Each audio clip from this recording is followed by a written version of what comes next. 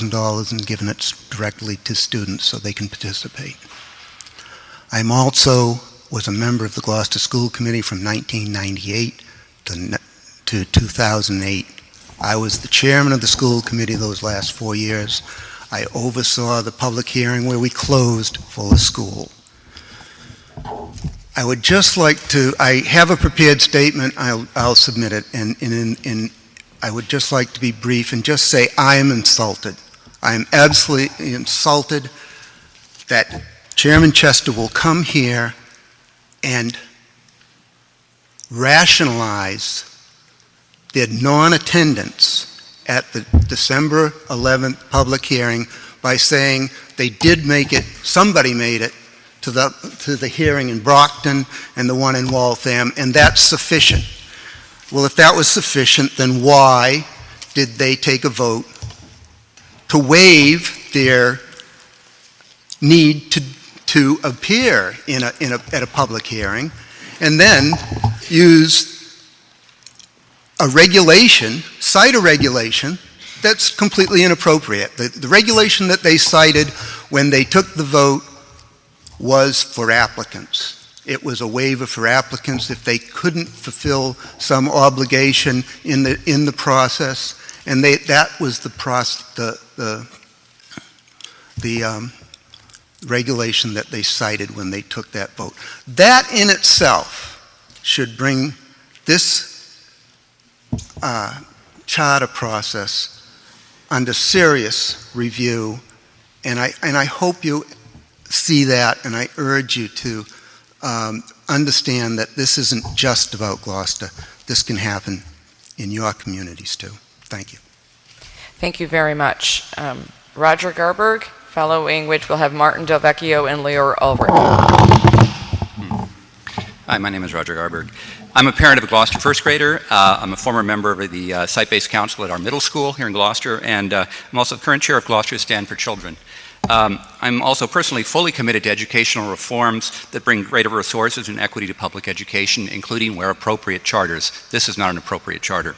When I went to the BOE hearing on the Gloucester Charter in February, I was struck by board member Tom Fortman's appeal to his peers to vote for the Gloucester Charter.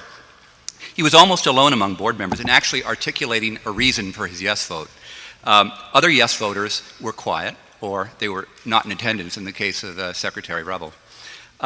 In his brief remarks at the hearing, Mr. Fortman praised the work of the Charter School Office, which is in charge of conducting evaluations of new charter proposals. Of the CSO, Mr. Fortman said, and you've heard it quoted before, well, I'm going to repeat it, it's worth repeating. We have a charter office that has a very good track record. They have a national reputation. I'm confident that the Charter School Office has done their homework. Many board members had expressed before that grave misgivings about the honesty and accuracy of this application. Mr. Fortman urged them to put aside these doubts and respect the experience of the CSO. During this portion of the hearing, Commissioner Chester offered no responses or clarifications as to the recommendations of the CSO, so that finally a slim majority ended up endorsing the charter proposal. Well, months and a few FOIA requests later, we learned what both Mr. Fortman and the rest of the board evidently did not know at that time, and what the public could not have been aware of, that the CSO had given a negative recommendation to the Gloucester Charter proposal. We learned that they had produced only the most tepid final document endorsing it after who knows what interactions with their boss, Commissioner Chester. I am appalled to recall now that BOE meeting, to think that the Commissioner Chester, charged with advising the board with the investigations of his department, chose to permit Mr. Fortman's statement about the CSO to go uncorrected. Imagine if he had made that statement. What would we term that? Well, I'll leave that to you to give a name to it.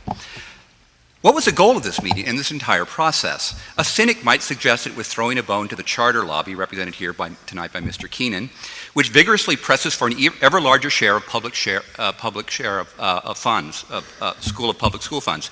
But whatever the goal, it's evidently too important to be compromised by public input, by the meddling of charter school evaluation experts at the CSO, or even by a fully informed Board of Education. So I'm asking you to use your influence today to send a strong message to the Patrick administration about the real roots of charter schools in educational reform. I hope you'll use your powers to prompt the administration and its DOE to reconsider their decision to grant the Gloucester Charter. I hope you'll remind them that real reform is the product of genuine public involvement and honest and open evaluation. Nothing like what we've seen in the review of the Gloucester Charter. Thank you. Thank you very much. Martin Del Vecchio. Hi, my name is Martin Del Vecchio, and just this morning I brought my oldest son, Calvin, to orientation at East Gloucester Elementary School for his kindergarten, which he will start next year. Most of what I had written, people have mentioned many times over, so I want to draw one thing from the CSO's recommendation. It's an application summary.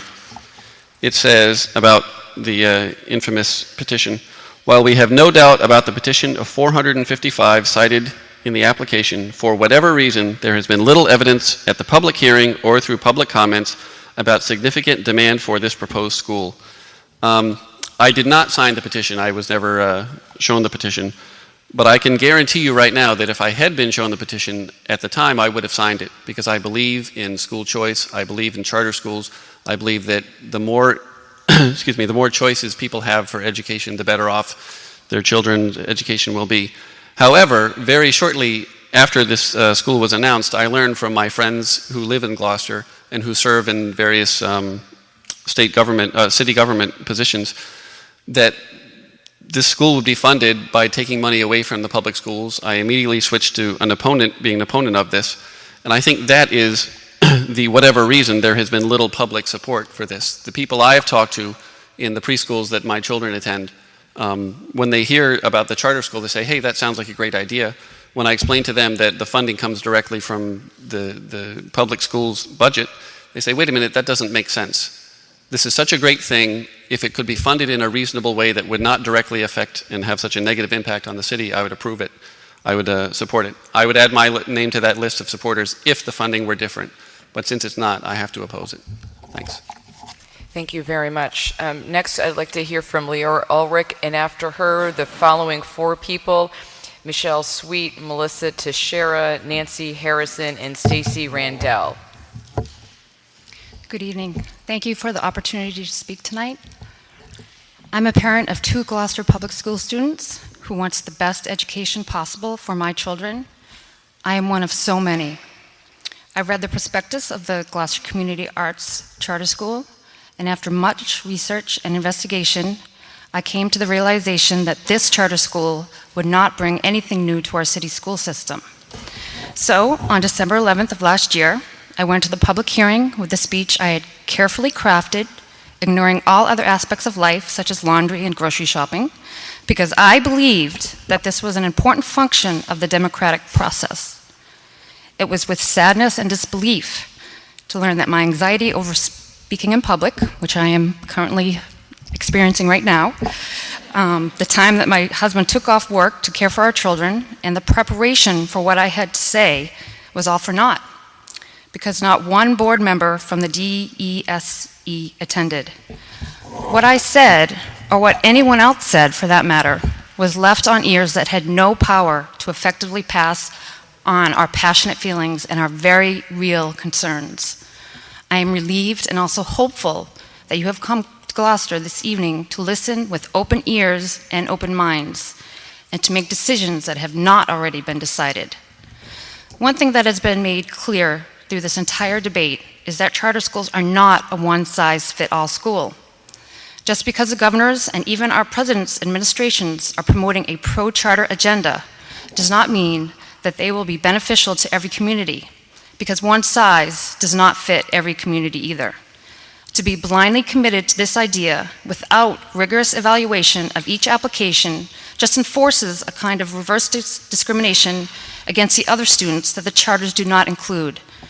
If this oversight hearing is to be successful and not another exercise in frustration, then the panel must please consider what all of our community members are saying. We, the people of Gloucester, want to be heard without regard to our standing in the community and access to the department. Please consider these points that have been made, yet never challenged in regards to the Gloucester Community Arts Charter approval. Gloucester's population is borderline 30,000 at the outside. Gloucester Public Schools contain a fragile and vulnerable student population which requires all allocated resources to be delivered. The DESE received just 16